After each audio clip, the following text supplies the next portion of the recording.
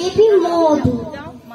একদিন এক ছোট্ট খোকা বলল মায়ের কাছে, মাগো আমি বড় হব, স্বপ্ন আমার আছে। দেশটা জুড়ে দুঃখ শুধু, সুখ যে ঘরে নাই। কৃষক কাঁদে, শ্রমিক কাঁদে, শান্তি কোথায় পাই? বিদেশি সব তাড়িয়ে দেব, দেশটা স্বাধীন করে। মাঠে মাঠে ফসল হবে, খাবো পেটটা ভরে। লেখা পড়া শিখে আমি অনেক বড় হব, দেশের জন্য দশের জন্য ন্যায্য কথা কব।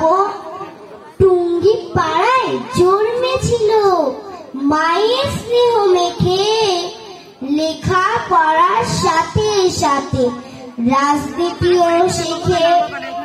বড় হয়ে খোকা শুধু দেশের কথা ভাবে, রোদে পুড়ে জলে ভেজে নৌকা বেয়ে চলে। মানুষ কেন অনাহারে কষ্ট পেয়ে মরে?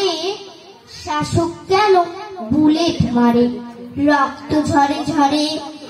বাংলা ভাষা মাতৃভাষা মুছতে তারা চায়, বাঙালি হয়ে ভুলবো মাকে সহ্য করা যায়? সেই ছেলেটি বড় হয়ে দেশের নেতা হলো, স্বাধীনতার ডাক দিয়েছেন জাতির পিতা বলো। সবাইকে ধন্যবাদ।